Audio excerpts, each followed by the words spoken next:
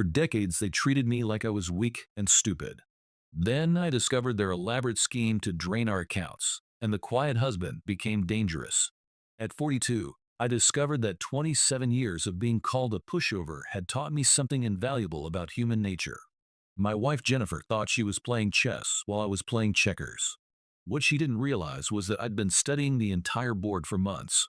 5 days after she made her biggest mistake, she learned that sometimes the quietest person in the room is the one you should fear most. I never imagined I'd be sharing this story, but life has a way of teaching us lessons we never expected to learn. It all began last Thursday when my daughter Sophia needed help setting up her new tablet for her online tutoring sessions. Jennifer had linked her own device to Sophia's for parental monitoring, and I was installing some educational apps when the notifications started appearing. At first, I dismissed them entirely. 3 decades of marriage had taught me to respect privacy, and I've never been the type to pry. But then I caught sight of my name in one of the messages, and something deep in my gut told me to pause and look closer. The group chat was labeled Family Circle and included Jennifer, her sister Rachel, and their mother Victoria. I scrolled upward through the conversation history, and what I discovered made my blood run cold. Michael's such a pushover. Jennifer had written just 2 days earlier. He didn't even question when I told him we needed $8,000 for the kitchen renovation consultations. The message was followed by a string of laughing emojis from both Rachel and Victoria.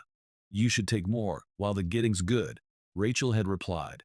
"He's too soft-hearted for his own benefit. Remember when he turned down that executive position because it would mean more travel time away from us?" I sat there in my home office, Sophia's educational apps forgotten, as I scrolled through months of similar exchanges. My wife and her family had been systematically mocking me, strategizing about how to gradually drain our investment accounts, and laughing about how I'd never discovered their scheme. They even maintained a running joke about my golden retriever eyes whenever Jennifer requested money for her various projects. But here's what chilled me to the bone. This wasn't merely cruel conversation. I opened our primary banking application and began connecting the dots. Those kitchen renovation consultations never materialized. The emergency loans to Rachel that Jennifer had mentioned. She'd been channeling money into a separate account I'd never seen. The professional development conferences that kept becoming more expensive. I found receipts for luxury shopping expeditions and spa retreats that I'd never heard about. "Dad, is everything all right?" Sophia's voice brought me back to the present moment. I forced my most reassuring smile and helped her navigate her new learning platform, but my mind was racing through 2 decades of marriage, wondering how I'd missed these warning signs. Or perhaps I had seen them and chosen to trust instead of investigate. That evening, I called my closest friend Marcus. We met at a quiet wine bar downtown, and I showed him the screenshots I'd carefully documented. His expression darkened as he reviewed the evidence on my phone. "This is absolutely devastating," he said, sliding the device back across the table. "What's your plan of action?" I took a measured sip of my wine and looked him directly in the eye. "Nothing." "Not yet." Marcus raised an eyebrow in surprise. "Nothing? They think you're weak and easily manipulated. Are you going to let them continue believing that?" "Absolutely," I replied calmly. "Let them maintain that illusion while I determine exactly how extensive this deception really is." The following days felt surreal, like living in a psychological thriller. I went to my consulting firm each morning, returned home each evening, kissed Jennifer hello, all while watching her tap away at her phone, probably sharing more jokes about my supposed naivety with her family. I began noticing behaviors I'd been blind to for years. How she would tense up whenever I approached while she was texting. The way she'd step into the garden to take certain calls. Her sudden insistence on handling all our financial paperwork personally. Yesterday, the situation escalated dramatically. I overheard Jennifer on a call with Victoria while I was supposedly working late in my study. "He's been putting in so many hours at the firm lately, he probably won't even notice if I transfer some additional funds," she was saying with casual confidence. "His year-end bonus should arrive soon. We could redirect that toward my boutique business venture." She actually laughed before continuing. "What's he going to do? Finally stand up for himself?" Every fiber of my being wanted to walk into that room immediately, to confront her, to demand explanations and accountability. But Marcus's advice from our last conversation echoed in my mind. Document absolutely everything. Don't reveal your awareness until you have irrefutable evidence. So I maintained my performance. I smiled when she mentioned wanting to discuss some exciting investment opportunities. I nodded when she talked about supporting family during difficult times. I played the role of the trusting husband, the reliable pushover she thought she'd married. But I also scheduled an appointment with the city's most respected family law attorney for the following morning. Last night, sleep eluded me completely. I lay there listening to Jennifer's peaceful breathing, wondering how many nights she'd drifted off while planning her next scheme. On our nightstand sat a framed photograph from our wedding day, both of us radiant with hope and possibility. Now I wondered if she'd been calculating even during those sacred moments. This morning brought a particularly cruel irony. Jennifer kissed me goodbye, told me she loved me more than anything, then immediately texted Rachel. Sometimes this feels almost too simple. I do feel guilty occasionally, but then I remember he'll never find the courage to confront anyone. It's practically his own fault at this point, isn't it? Wrong. Catastrophically wrong. They say a cornered fox becomes most dangerous, but they rarely mention the dog that watches quietly, patiently, waiting for the perfect moment to bare its teeth. I may have been a pushover my entire adult life, but even the most patient person has limits that, once crossed, reveal capabilities no one expected. Jennifer and her family are about to discover that the biggest mistake you can make is underestimating someone who chooses kindness over confrontation, not because they're weak, but because they're strategic. I'm meeting with the attorney in 45 minutes. I've prepared copies of everything: the message threads, the bank statements, the credit card bills I wasn't supposed to know existed, the business venture documents that are entirely fictitious. They've mistaken my patience for weakness, my trust for ignorance, my love for stupidity. That ends today. Let them continue laughing. Let them keep plotting. Let them believe they have me completely figured out. Because in 5 days, when every legal document has been filed, when every hidden account has been traced, when every deception has been exposed, they'll learn something profound about human nature. Sometimes, the most dangerous person in any situation is the one who's been underestimated for so long that everyone forgot they were paying attention all along. I'll update you when the pieces start moving. For now, I need to focus on protecting myself and Sophia, because while they're absolutely correct that I've been a pushover my entire life, they're completely wrong about one crucial thing. I will absolutely do something about this situation, and they're going to discover that the quiet ones always have the sharpest teeth. Update 1. First, let me express my gratitude for the overwhelming support on my previous post. Your insights were invaluable, and you were absolutely right about being methodical and thorough in my approach. The meeting with my attorney was genuinely eye-opening. This transcends simple betrayal, she explained, spreading the screenshots I'd brought across her mahogany desk. This represents systematic financial abuse and psychological manipulation. She helped me understand that Jennifer's behavior wasn't merely about money or infidelity. It was calculated emotional warfare designed to maintain control, while systematically destroying my financial security and self-respect. The past 5 days have been educational in ways I never anticipated. You believe you know someone after 2 decades of marriage, but observing Jennifer while understanding the truth has been like discovering a completely different person living in my home. The small gestures I once found endearing now appear calculated and manipulative. The way she touches my shoulder when requesting something significant.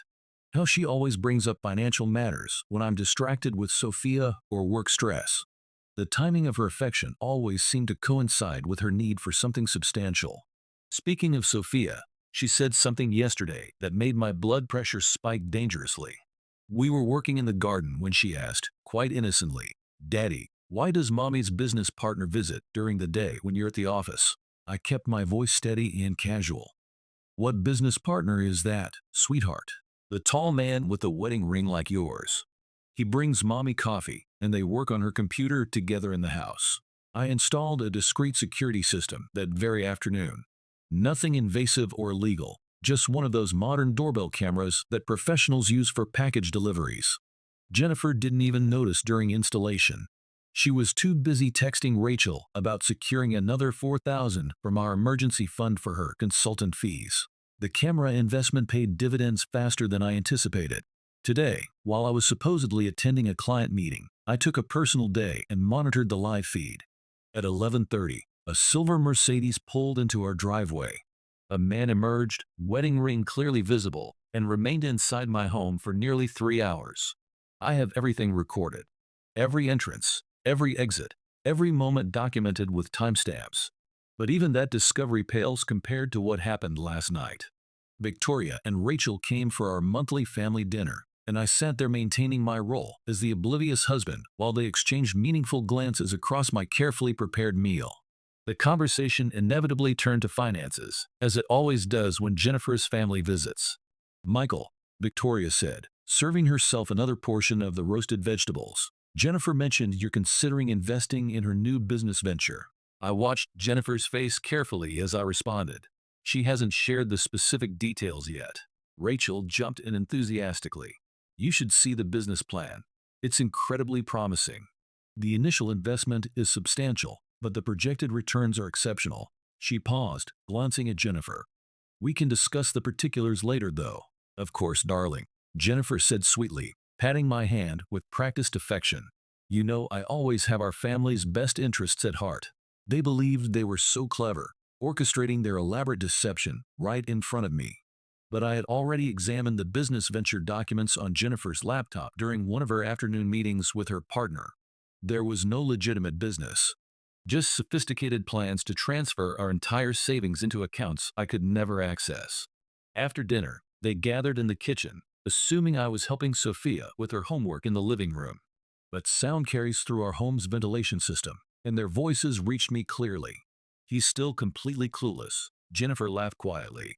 "Did you see his expression when Mom mentioned the business investment?" "You've trained him perfectly," Rachel replied with obvious admiration. "Like a well-behaved pet." Then Victoria's voice, cold and calculating. "Just ensure everything transfers before you serve him the divorce papers. Your sister, and I didn't raise you to settle for someone who lacks the spine to stand up for himself." I held Sophia closer as we watched her educational program, my mind processing the full scope of their betrayal. They weren't just planning to rob me financially. They intended to blindside me with divorce proceedings after systematically draining our accounts. The timing suddenly made perfect sense. My annual performance bonus arrives next month. Today, while Jennifer was working late with her married business partner, I met with a forensic accountant. The numbers tell a remarkable story. Missing funds, hidden credit lines, secret accounts, all meticulously documented and legally verified. I also retained a private investigator. Expensive, but absolutely worthwhile. Within 48 hours, he provided photographs of Jennifer and her partner at various hotels throughout the city. He also discovered something particularly interesting. Her partner isn't just married to someone else. He's married to one of Jennifer's biggest clients at her real estate firm. "Marcus believes I should confront her immediately." "You have overwhelming evidence," he argued during drinks tonight. "Why continue this charade?" "Because tomorrow evening is our annual extended family gathering at Victoria's estate. The entire family will be present. Rachel's husband, Victoria's new boyfriend, all the people who've been laughing at the pushover behind his back for months. I've arranged for some particularly interesting documents to be delivered during dinner. Nothing dramatic or theatrical.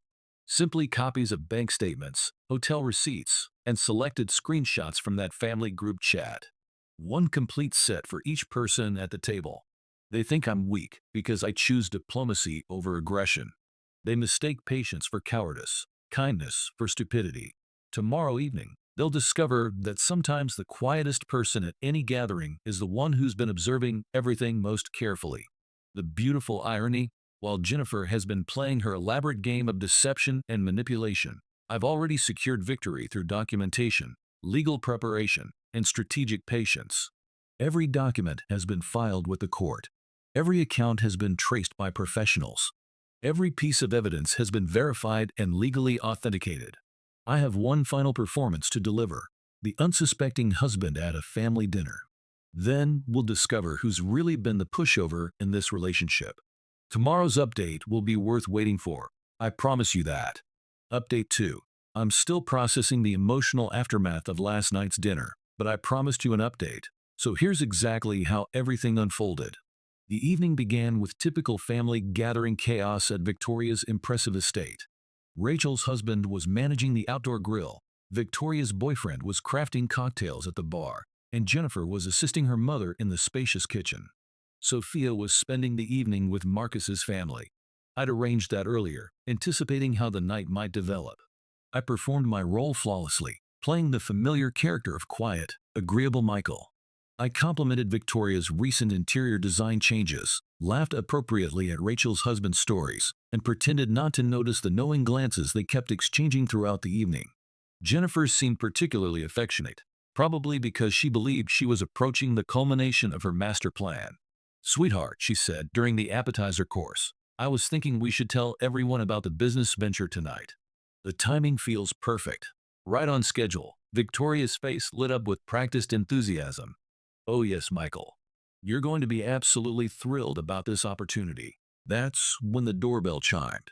"I'll handle it," Rachel offered, but I was already standing. "Please, allow me. It's probably the surprise I arranged." The confusion on their faces was absolutely priceless. This wasn't part of their carefully rehearsed script. I returned carrying 6 manila envelopes, each clearly labeled with a family member's name. "Before we discuss any business ventures," I said, maintaining my calm, measured tone, "I thought everyone might want to review these documents." The silence that followed was deafening as they opened their envelopes.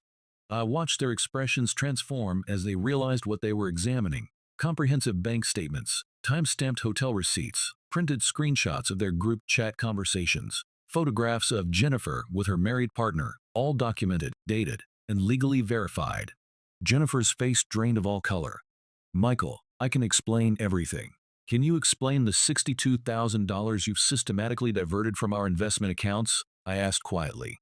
"Or perhaps the credit cards you opened without my knowledge? Or maybe you'd like to explain to your client's wife about these hotel meetings." Rachel attempted damage control. "This is obviously some kind of misunderstanding. Like the misunderstanding where you helped Jennifer establish secret accounts." I turned to Rachel's husband.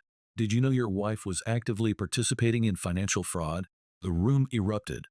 Rachel's husband was shouting accusations at her.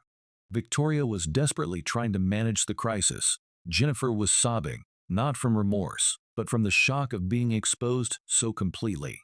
"You had no right to spy on me," Jennifer screamed. "You violated my privacy, like you violated our marriage vows, our financial agreements, and our family trust." I kept my voice level and controlled. "Like you violated my trust while mocking me to your family and cheating with a married client. You're just trying to intimidate us," Aurora declared, but her voice betrayed her fear. I retrieved my phone and played an audio recording. Victoria's voice discussing strategies for hiding assets before serving divorce papers. Rachel's husband walked out without another word. Victoria's boyfriend made an awkward excuse about an early morning commitment. "I've already contacted his wife," I informed Jennifer calmly. "She's very interested in the evidence I've gathered. Her attorney will be in communication soon." "You've destroyed everything," Rachel accused. "No," I replied firmly. "You accomplished that yourselves. I simply documented your choices." I stood, straightening my jacket with deliberate composure. "The divorce papers have already been filed. Don't worry about responding immediately.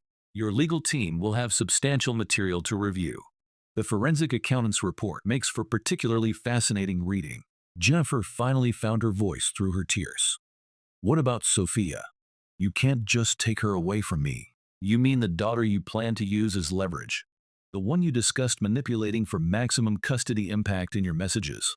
"The family court evaluator will find those conversations extremely relevant." I moved toward the door, then turned back for my final statement. "Oh, and Jennifer, regarding that business venture you wanted to discuss tonight, the one requiring a $75,000 investment, I've submitted those fraudulent documents to the appropriate authorities. Financial fraud carries serious legal consequences. You can't prove anything," Victoria shouted desperately. I smiled with genuine calm. "I can prove everything. Every message, every transaction, every secret meeting."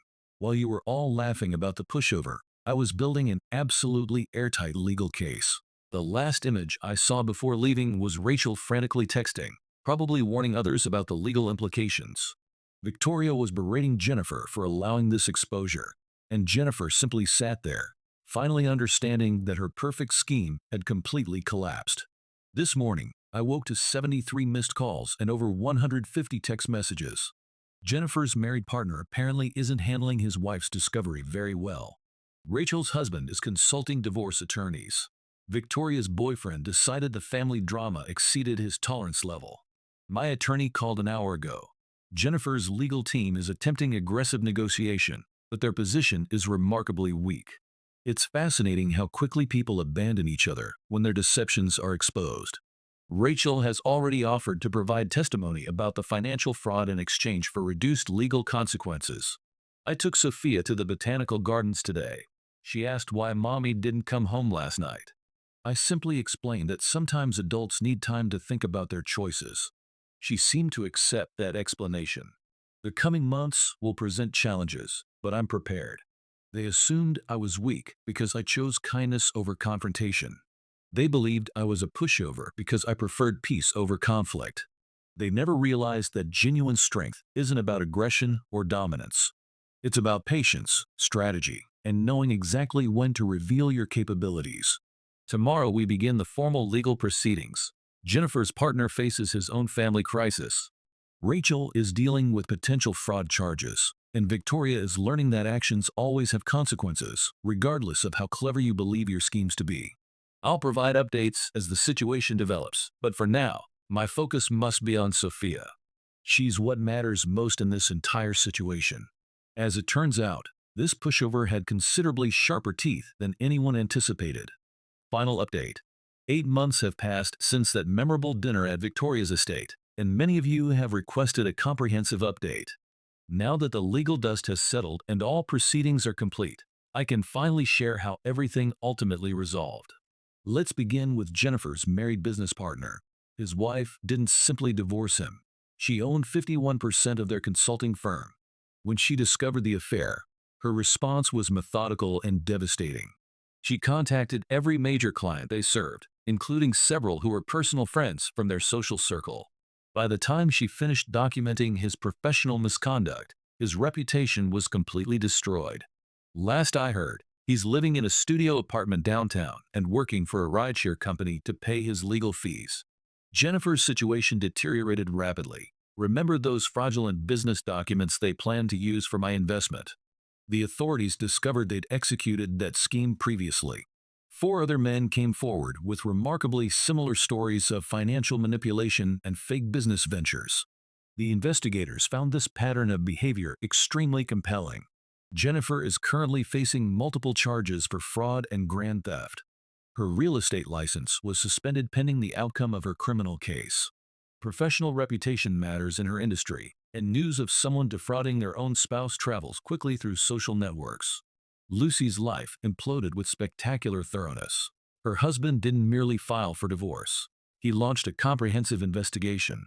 When he discovered she'd been assisting Jennifer with financial concealment for years, he had his own forensic accountant examine their personal finances. The investigation revealed she'd been embezzling from his medical practice as well.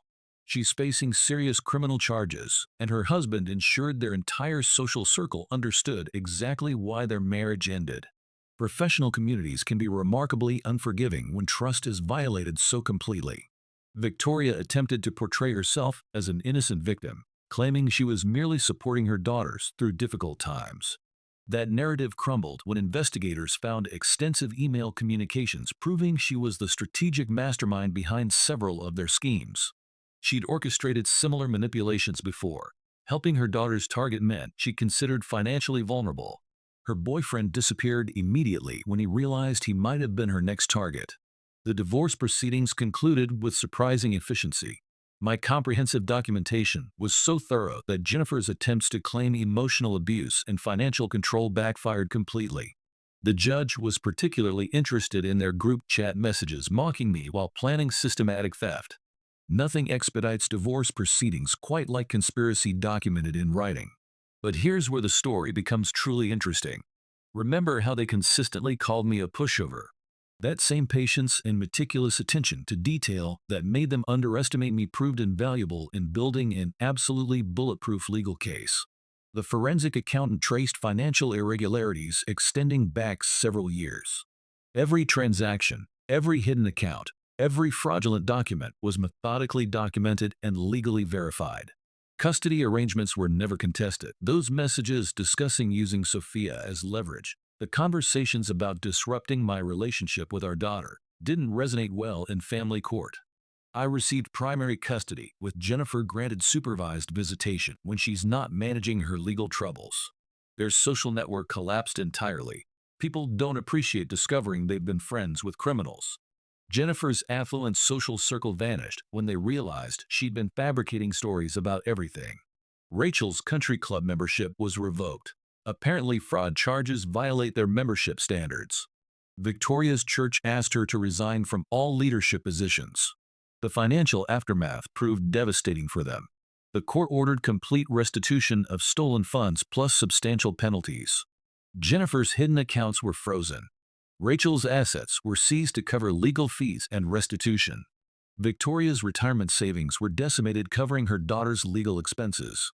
Last week, I encountered Jennifer at the upscale grocery store we used to frequent together. She was using a prepaid card to purchase store brand items. She attempted to avoid me, but Sophia spotted her immediately. "Hi, Mommy," she called out cheerfully, then turned to me. "Daddy, can we get that imported cheese you like?" The expression on Jennifer's face when I retrieved my wallet, the same one she used to mock me for being cautious with money, was absolutely priceless. Even more so when Sophia enthusiastically described our recent European vacation and her new private school program. Yesterday, Rachel's ex-husband contacted me. He's discovered evidence of similar schemes extending back to their college years. Other men they targeted, other lives they attempted to destroy systematically. He's turning everything over to the authorities. The investigation continues expanding. Victoria sent a lengthy letter last month begging me to be reasonable and withdraw the charges. She claimed I was destroying her family unnecessarily. I responded with copies of every message where she encouraged her daughters to steal from me, accompanied by a single note: "Actions have consequences." Marcus asked me recently if I feel any regret about how everything unfolded. I don't experience regret at all. They chose their actions deliberately. I simply ensured they couldn't escape the natural consequences of their choices. They assumed that being quiet meant being weak. They never understood that quiet people observe everything, remember everything, and know precisely when to reveal their true capabilities. Sophia and I moved to a beautiful home in an excellent school district. She's thriving academically, making wonderful friends, and working with a counselor to process everything she experienced. Last night, she asked me why some people choose to hurt others. I explained that what matters isn't what others do to us, but how we choose to respond with integrity and wisdom. The ultimate irony remains striking. If they had simply been honest with me, I would have supported them completely. If Jennifer needed financial assistance, I would have helped her establish a legitimate business. If Rachel was struggling financially, I would have provided support. Instead, they chose greed, mockery, and systematic betrayal, and lost absolutely everything as a result. Sometimes karma requires a little assistance. They played their game believing I was too weak to fight back effectively. They never realized I was engaged in a longer, more strategic game, one where patience and thorough documentation triumph over quick manipulation and easy lies. So here we are, them facing criminal charges and complete social destruction, me sharing dinner with my daughter in our new home each evening. It appears the pushover they mocked so mercilessly wasn't quite as weak as they assumed. Remember this: not all strength announces itself loudly. Sometimes it simply takes careful notes, builds an airtight case, and waits for the perfect moment to reveal its true nature. This will be my final update on this situation. Sophia and I have a bright new life to build together, and dwelling on past betrayals serves no constructive purpose. Thank you for your support throughout this journey. Sometimes knowing others believe in your decisions makes all the difference in maintaining your resolve. The quiet ones always have the sharpest teeth. They just choose their moments more carefully.